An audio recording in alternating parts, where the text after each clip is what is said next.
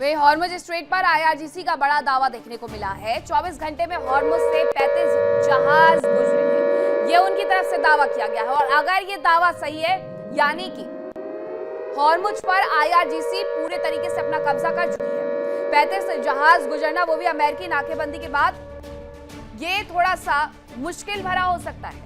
लेकिन ईरानी सेना की इजाजत पर ये जहाज गुजरे हैं, ये आईआरजीसी की तरफ से कह दिया गया है। वो पूरी तरीके से इस बात पर दावा करते हुए नजर आ रहे हैं कि वहां से 24 घंटे के भीतर 35 जहाज गुजर गए हैं। और अभी देखिए हाल इसलिए खराब है क्योंकि हॉर्मुज पर एक तरफ ईरान अपना नाकेबंदी करके बैठा हुआ है, दूसरी तरफ अमेरिका भी दूसरे मोर्चे पर बैठा हुआ है। इस वजह से अमेरिका जहाज आने से पहले ही उन्हें वहां से लौटा दे रहा है। लेकिन आईआरजीसी जिन जहाजों से टोल वसूल रही है, उन्हें पूरी तरीके से सुरक्षा व्यवस्था भी मुहैया करवा रही है। उनका कहना है कि 24 घंटे में हमने 35 जहाज यहां से निकाले हैं और वो भी हमारी इजाजत से गुजरे हैं। हॉर्मुज को लेकर के पहले ही ये कहा गया था ईरान की सरकार की तरफ से, आईआरजीसी की तरफ से, कि टैक्स भी चुकाना होगा, हमसे इजाजत भी लेनी होगी, उसके बाद हम पूरी सुरक्षा व्यवस्था में उन जहाजों को वहां से गुजरने देंगे। अगर 35 जहाज वहां से गुजर गए हैं तो ऐसे में उनकी स्थिति भी सुधरने वाली है।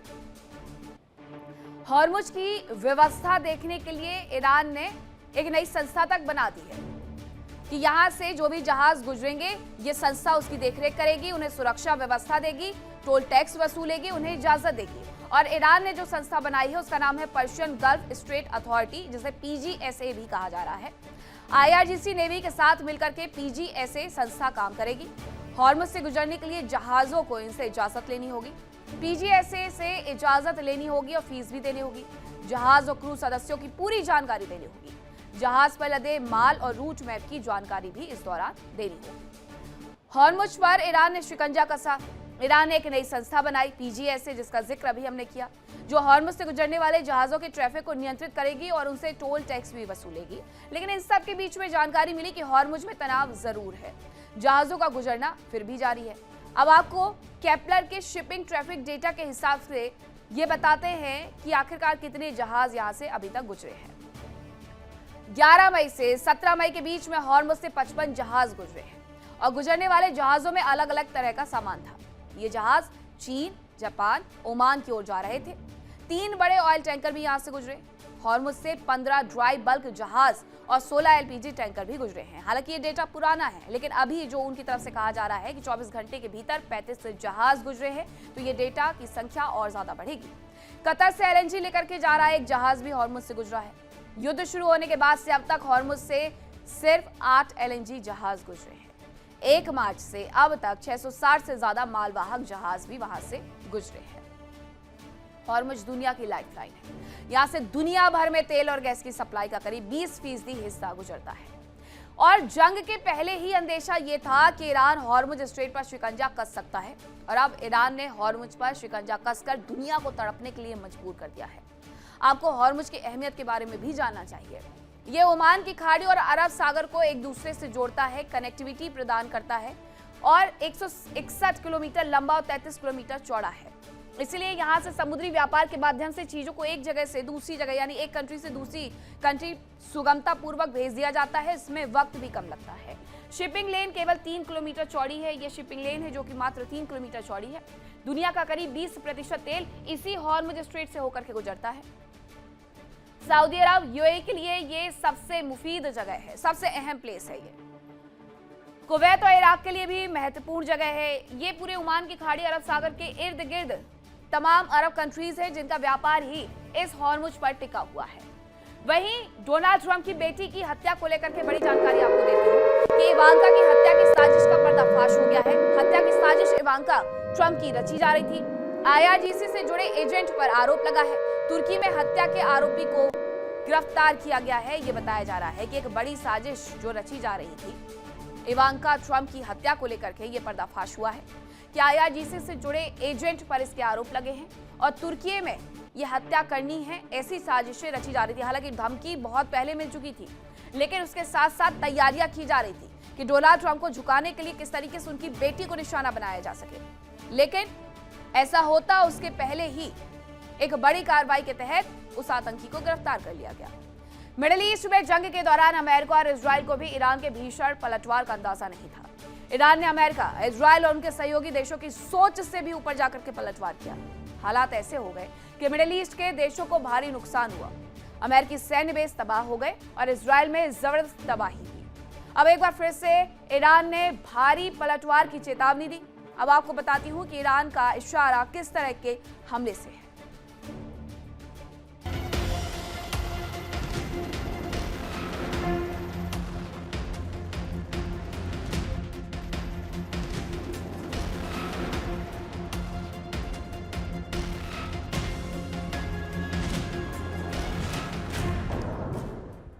अमेरिका और इजराइल ने 28 फरवरी को ईरान पर हमला किया। शुरुआत में ही उन्हें अयातुल्लाह अली खामनेई की मौत के रूप में बड़ी कामयाबी मिली। ट्रंप और नेतन्याहू को लगा कि अब ईरान टूट जाएगा, लेकिन ईरान ने दुगनी रफ्तार से पलटवार किया।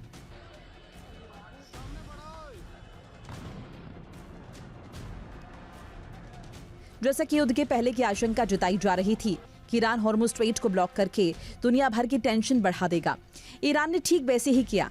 ईरान ने हॉर्मुज में सी माइंस बिछा दी, जहाजों को गुजरने के लिए IRGC की इजाजत लेना जरूरी कर दिया और अब तो ईरान ने बाकायदा एक संस्था बना दी है जो हॉर्मुज का मैनेजमेंट देखेगा। राष्ट्रपति ट्रंप लगातार ईरान पर समझौते के लिए दबाव बना रहे हैं, लेकिन अब उनकी धमकी के जवाब में ईरान ने ऐसा हमला बोला जिसके बाद ग्लोबल तेल सप्लाई पर बड़ा खतरा पैदा हो गया। ईरान ने अमेरिका को खुली चेतावनी देते हुए नया मोर्चा खोलने का ऐलान कर दिया। अमेरिका और ईरान के बीच चल रही तनातनी अब केवल जुबानी जंग तक सीमित नहीं रही। राष्ट्रपति ट्रंप ने मिलिट्री एक्शन की धमकी दी तो ईरान की सेना ने खुली चेतावनी दे दी। ईरान ने साफ कर दिया है कि अब वो हॉर्मुज में सिर्फ जहाजों को रोकने या उन पर टोल टैक्स वसूलने जैसे छोटे मोटे कदम नहीं उठाने वाला।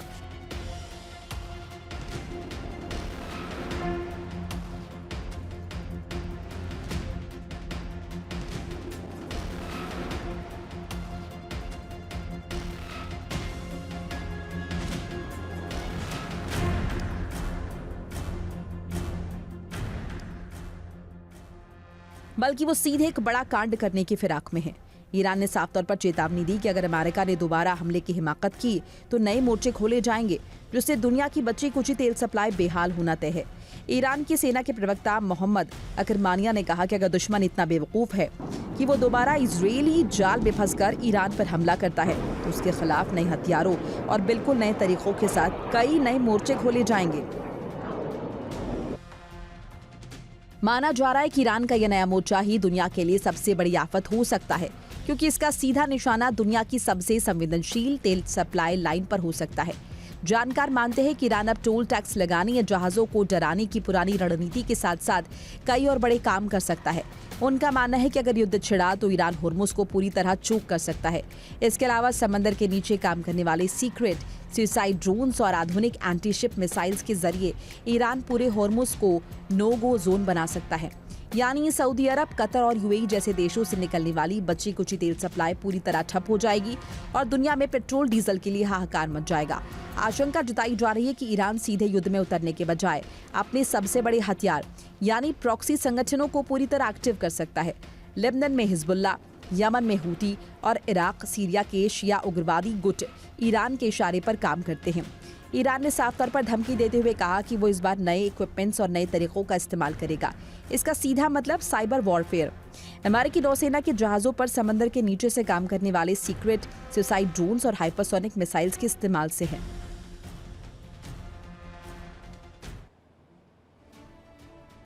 ईरान ने अमेरिका को नए हथियार और नए तरीके से हमला करने की चेतावनी दी है। एक्सपर्ट्स मान रहे हैं कि ईरान का इशारा साइबर हमले से हो सकता है। हालांकि इससे पहले भी ईरान समर्थित साइबर ग्रुप्स अमेरिका में ऐसी तबाही लाने की कोशिशें कर चुके हैं। अब आपको बताती हूं कि अमेरिका पर ईरान का जो साइबर हमला है वो कई बार देखने को मिला है। एक बार नहीं बल्कि कई बार ये हमला देखने को मिला।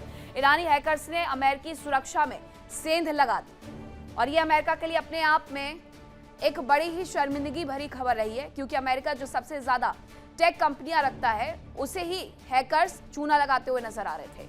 अमेरिकी गैस स्टेशन ईरान के इशारे पर काम करने लगे थे। दूसरी तरफ अमेरिका में गैस स्टेशंस के फ्यूल मॉनिटरिंग सिस्टम को हैक किया गया था। ये ईरानी हैकर्स के द्वारा ही किया गया था। ईरानी हैकर्स ने अमेरिकी ATG सिस्टम में भी सेंध लगाई। इसके अलावा अमेरिका में गैस रिसाव का संकट मंडरा गया था हैकर्स की करतूत की वजह से। जंग के दौरान ईरान अमेरिका को दहला सकता है। ये तैयारी तो पहले से इन्हें नजर आने लगी थी अमेरिका को। अमेरिकी सैनिकों का निजी डेटा तक लीक होने का दावा ये किया गया कि हैकर्स ने जो कार्रवाई की है उसमें सैनिकों का डेटा तक लीक कर दिया गया है। ईरानी हैकर समूह हंडाला ने अमेरिका पर यह साइबर अटैक किया था। दूसरी तरफ अमेरिकी मेडिकल कंपनी स्ट्राइकर पर भी साइबर अटैक किया गया था। ईरानी हैकर्स भी हंडाला के तौर पर ग्रुप में इकट्ठे होकर के अमेरिका के खिलाफ लड़ते हुए नजर आ रहे हैं। देखिए इंडिया डेली 24/7 अब आपके स्मार्ट टीवी पर। इंडिया डेली मौजूद है सभी डिजिटल प्लेटफॉर्म पर लाइव और लगातार। इंडिया डेली 24/7 हर दिन राष्ट्र को समर्पित।